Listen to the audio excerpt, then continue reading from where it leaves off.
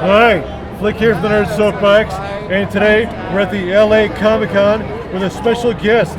He's a cosplayer, artist, gamer, and storyteller. It's Yasu Tano from Hero Creations. Hi, Yasu. Nice to meet you, Flick. Nice to meet you. How's your con so far?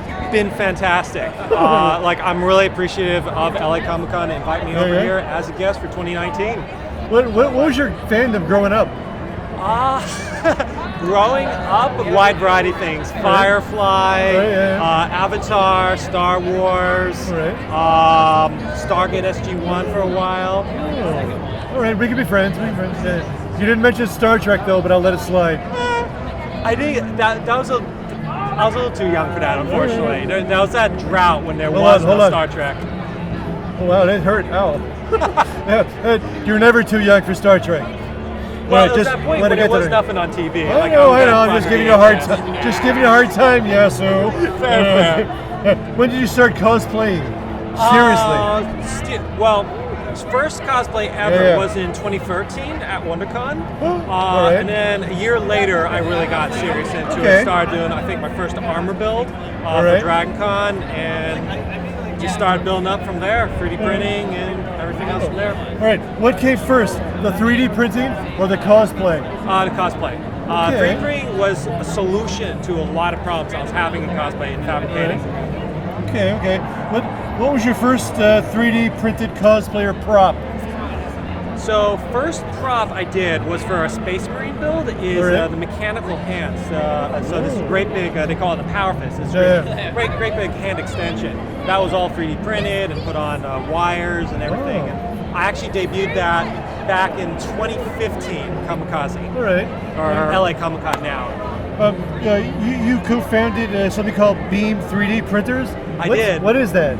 So it's basically, I co-founded it with 5 other combination hobbyists and professionals in the 3D printing industry, where we aim to put out a resin printer. That is a printer that uses liquid resin that's cued by sunlight, UV light, into whatever object you want. And building a printer that is accessible, easy to use, and affordable by hobbyists and cosplayers alike. Okay, all right. So I was looking at your social media, and you had some really interesting things on there about 3D printing. And could you go over a couple of the myths of 3D printing?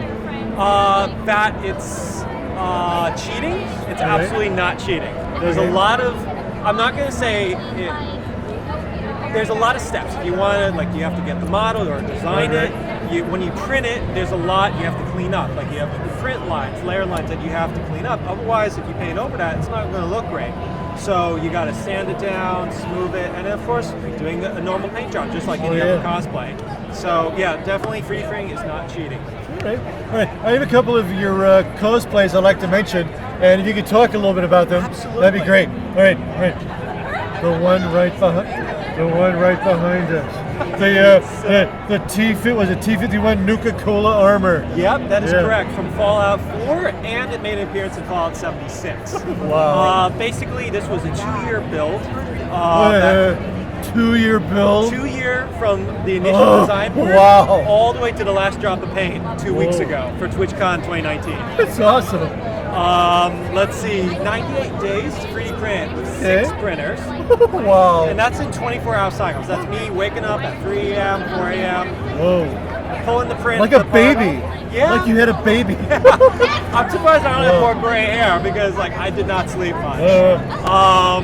Let's see, what else? And Adam Savage personally saw the armor, you guys haven't seen the TwitchCon cosplay contest. Yeah. He saw it, ran over, said it was one of the best he'd ever seen. Oh, so fantastic. that, even though I didn't place in the contest, that made my day. That's winning right awesome. there. Your Game of Thrones Lannister armor. Okay, right on. Mostly 3D printed, but bits of fabric, leather work, and laser etching on the chest plate. And that took me, I actually managed to knock that out in about 23 days. Oh, okay. Oh, just 23 days. Yeah. It was a short print It was a quick build that I want something done for DragonCon. Your Mandalorian helmet and armor. Okay, right on. That's an oldie. That was my last not 3D printed cosplay. It looked awesome. I did that all by hand with construction helmets, Bondo, and a thermoplastic called Cinder, which is basically flat PVC. How about that Skyrim glass axe? So that I did this year. That was my first really big build with the Beam 3D Prism, where it was basically 19 separate pieces that no glue, no paint. Really? So the way I it's beautiful. All the ways I attached the pieces was using resin and then kind of pouring it into the cracks and then using a UV light to cure it, and boom, it's one solid piece.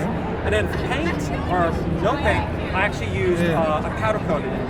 Okay. So basically, you're making the surface slightly sticky, slightly tacky, and you're taking very fine pigments, in this case metallic pigments, and brushing it on and then blowing it off. And boom, you have instant gold that looks really realistic. It's really, it does. The photos are amazing, people. All right. So you have one thing that I'm so jealous of. I really am. What's if you that? could build me a K2SO. That is so. Your K2SO is so freaking awesome. Yeah.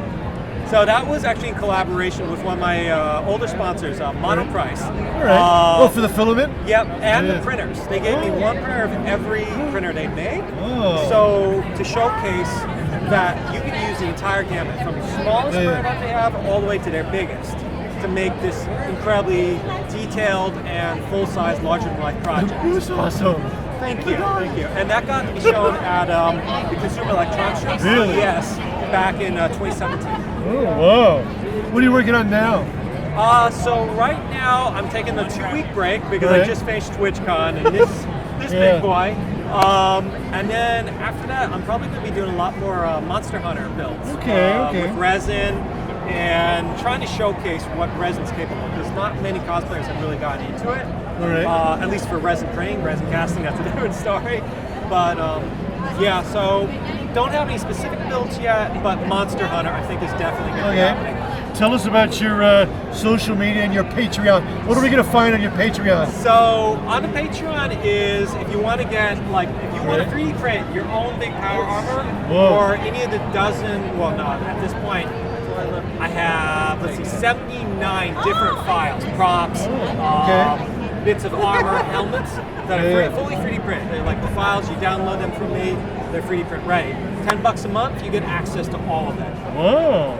What are your handles on social media and on Patreon? Social media, so my Patreon is patreon.com/Hero Creations. All right. My Facebook is facebook.com/Hero Creations. Okay. My Instagram is a little trickier. Is Instagram.com/Yasu Tano. YASUTANO. Jeez, well, thanks for talking to us, Yasu. Thank you very much, Flick. All right, let's see who else we can find at Los Angeles Comic Con. So tell me, did you ever 3D print that Porg you were going to do? I did. I actually have a shelf full of about a dozen or 2 dozen. I use them as a calibration print. Star Wars chicken. Star Wars chicken. Yeah. And they taste like chicken too.